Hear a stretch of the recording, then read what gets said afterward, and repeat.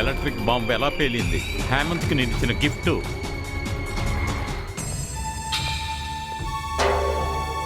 మీ function కాసేపు ఆపి నేను మీకు ఇచ్చిన డబ్బుని వెంటనే సెటిల్ చేస్తే మంచిది. ఆ తర్వాత కచేరీ, ఆటలు పాటలు అన్నీ హాయిగా చేసుకోండి. రేపు మీ ఆఫీస్కి వచ్చి ఇదంతా నేను రోజు వినేదే కదా. ఆ ఆఫీస్కి వస్తే మాత్రం ఏం చేస్తావు? ఆ పాత కథేగా చెప్తావు. నువ్వు కేసు ఓడిపోయినట్టుగా నీకు తెలియకముందే నాకు తెలిసిపోయింది. నేను కింగిని కదా, కానీ ఈ విషయం నాతో చెప్పకుండా 25 లక్షల రూపాయలు మోసం చేసి కూతురు పెళ్లి ఘనంగా చేసి ఏదో కథ చెప్పి తప్పించుకోవాలనుకున్నావు. అది జరగదు హేమంత్. వీళ్ళందరి ముందు నా డబ్బు సెటిల్ చేశావంటే నేను డీసెంట్గా వెళ్ళిపోతా. ఇలా చూడండి, వీడి దగ్గర ఒక్క రూపాయి లేదు, కోటీశ్వరుడు కూడా కాదు. వీడిని అసలు నమ్మద్దు. వీడు నెంబర్ 1 ఫ్రాడ్. హిందీలో చోర్ చోరు అంటారే. ప్లీజ్ పురుషోత్తమ, ఇలా చూడు, నీ కూతుర్ని మోసం చెయ్యొచ్చు, మీ వియ్యంకులను కూడా మోసం చెయ్యొచ్చు, కానీ నన్ను మాత్రం మోసం చెయ్యలేవు. ఏంటి మీ సమస్య? రండి పెళ్లి కొడుకు గారు, మీరు పెళ్లి చేసుకునే జోరులో ఉన్నారు కదా, మీకు అర్థం కాదు. అయినా చెప్తా. మీ మామగారు నా దగ్గర డబ్బు తీసుకున్నారు, వడ్డీతో సహా 25 లక్షలు ఇవ్వాలి. తీసుకున్న వాళ్ళు మర్చిపోవచ్చు, కానీ నాకు గుర్తుంది. ఎందుకంటే డబ్బు కదా, డబ్బు డబ్బు డబ్బుకు మించింది ఈ లోకంలో ఏదీ లేదు. కానీ నాకు కావాల్సింది డబ్బు. డబ్బు కోసం ఎంతకైనా తెగిస్తాను. రావద్దులా పీక్కు తింటా. ఇప్పుడే సెటిల్ చేయాలి. మీ వల్ల అవుతుందా? ఈ క్షణం ఇవ్వండి, నేను ఇక్కడి నుంచి అలా ఎగురుకుంటూ వెళ్ళిపోతా.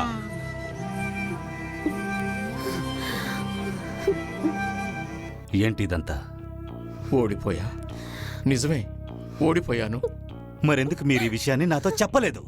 అడగండి అడగండి, ఇతనికి సిగ్గొచ్చేలా అడగండి. ఇక్కడ ఉన్న వాళ్ళు నిలదీసి అడగండి. You shut up.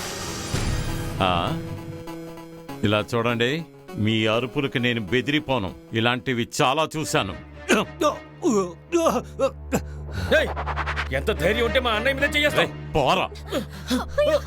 రేపు తెల్లారి 10 గంటల వరకు టైం ఇస్తాను. ఈలోగా నాకు డబ్బు సెటిల్ చేయాలి. అదే నీకు మంచిది. లేదంటే నీ ఇల్లు, ఆస్తులు అన్ని నా పేరు మీదకి మార్చుకుంటా. ఆ తర్వాత నువ్వెక్కడ పడుకోవాలి, నీ కూతురు ఎక్కడ పడుకోవాలో నేను డిసైడ్ చేస్తాను. గుర్తుంచుకో.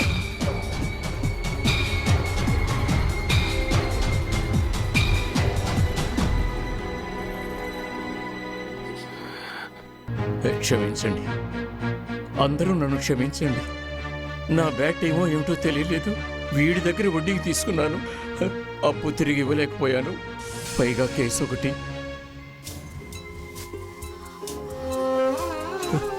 ఈ ఇల్లు అమ్మైనా సరే వాడి అప్పు తీర్చేస్తాను.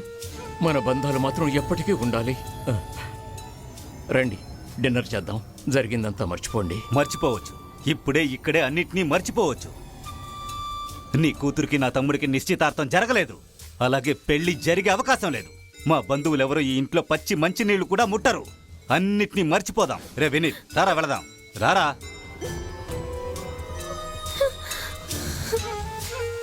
పిలవడం వినిపించట్లేదా? రారా. ఇలాంటి కుటుంబాన్ని సెలెక్ట్ చేస్తావా? ఛే. అన్నయ్య పిలుస్తున్నాడు కదా, ఏంటి ఇంకా ఆలోచిస్తున్నా? ఇలాంటి పనికిరాని కుటుంబంతో జీవించాలని నువ్వు నిర్ణయించుకుంటే ఆ ఇంటి గుమ్మం కూడా నువ్వు తొక్కకూడదు. అక్కడ నీకు అన్నలేడు, అమ్మలేదు, ఆస్తి కూడా లేదు.